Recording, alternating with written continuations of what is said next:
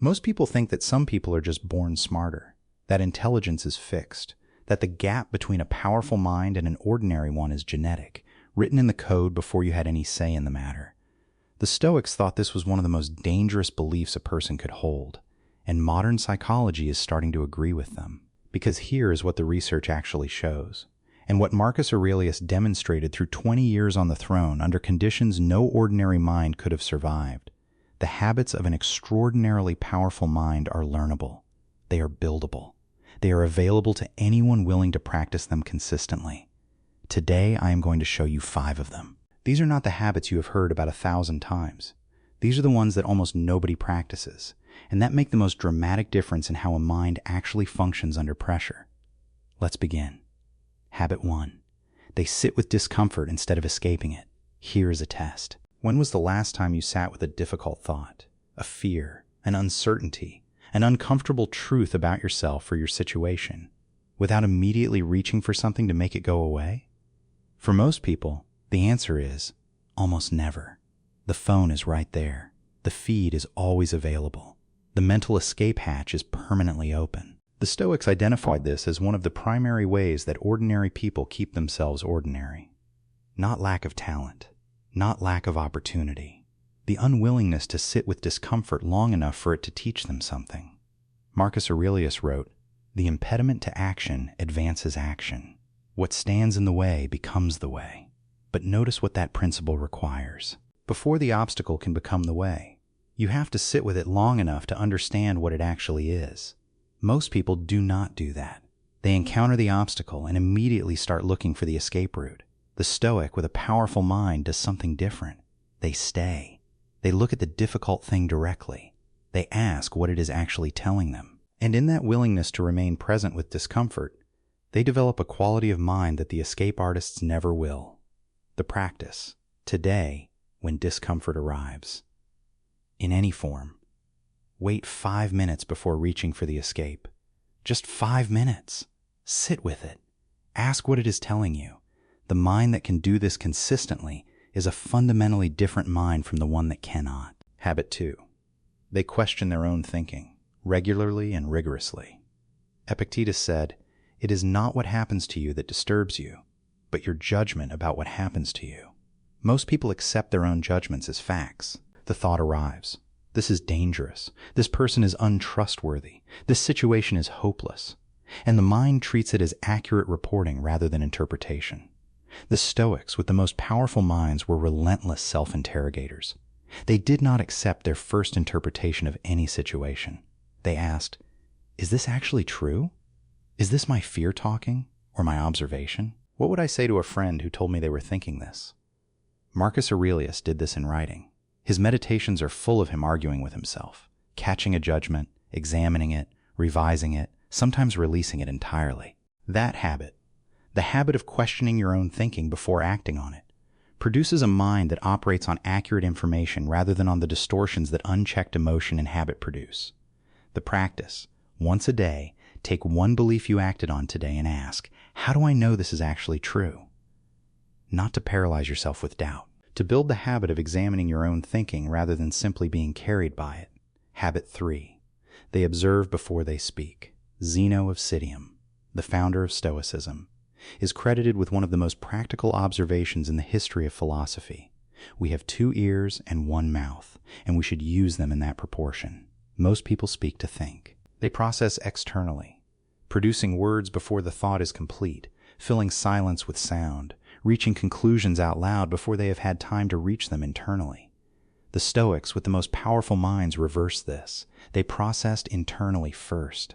They listened fully, not to the part of the conversation they already know, not to the pause where they can insert their prepared response, but to the actual content of what is being communicated. Then they spoke. The result is not just that they said better things. It is that they understood situations more accurately. Because most of the important information in any interaction, what the other person actually means, what is actually being communicated beneath the surface words, is only available if you are genuinely listening rather than waiting for your turn. Seneca wrote, "Listen first." There is always something to learn, even from people who seem to know less than you. The practice? In your next 3 conversations, make one deliberate decision. Understand completely before you respond. Not the polite pause before your prepared answer. Actual understanding. Notice what you hear when you genuinely listen. Habit 4. They embrace what they do not know. Socrates, whose philosophy deeply influenced Stoic thought, built his entire method on one foundation. I know that I know nothing. This was not false modesty. It was a precise psychological tool. The person who believes they already know is the person who stops paying attention. They have already categorized the situation, already filed the person, already determined the outcome, and their mind, confident in its existing knowledge, stops gathering new information. The Stoic mind cultivates what they called the beginner's orientation, the genuine openness to being wrong, the actual curiosity about what might not yet be understood. This is rarer than it sounds, because admitting ignorance, even internally, to yourself, requires a kind of ego flexibility that most people find genuinely uncomfortable. The ego wants to be right. It wants to have already figured it out. Every admission of ignorance feels like a small defeat. But the mind that can say, I do not fully understand this yet, is the mind that continues to grow. The mind that insists it already knows stops growing the moment it stops being challenged. Marcus Aurelius wrote, If someone can prove me wrong and show me my mistake in any thought or action, I shall gladly change. I seek the truth, which never harmed anyone. The practice, once a week, find one thing you believe with confidence and genuinely investigate the strongest argument against it. Not to abandon the belief, to test it. The beliefs that survive examination become stronger. The ones that don't needed revision. Habit 5. They think in long time horizons. Here is perhaps the most practically powerful habit on this list, and the one most directly opposed to the way modern culture trains people to think. Most people make decisions based on what feels good or bad right now, what is immediately rewarding or immediately painful. The short-time horizon dominates almost every decision.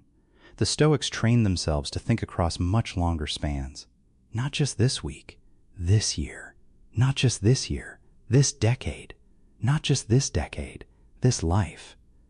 Marcus Aurelius used a specific practice called the view from above. When a situation felt overwhelming or urgent, he would pull his perspective back until he could see himself in the context of the full span of history.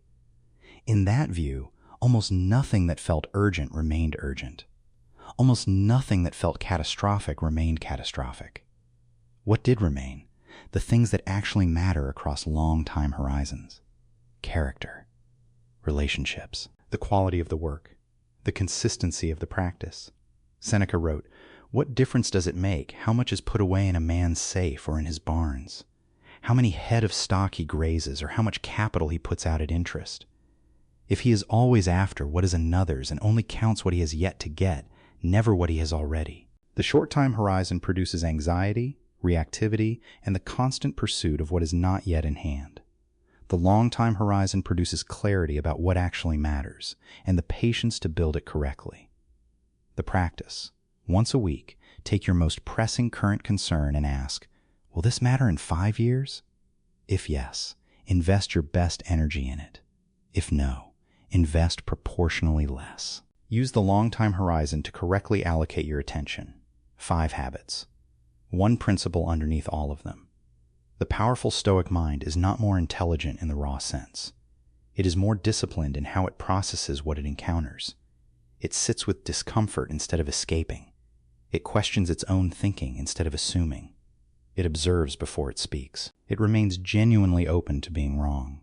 And it thinks across time, horizons long enough to see what actually matters. None of these habits are complicated. All of them require consistent practice over time.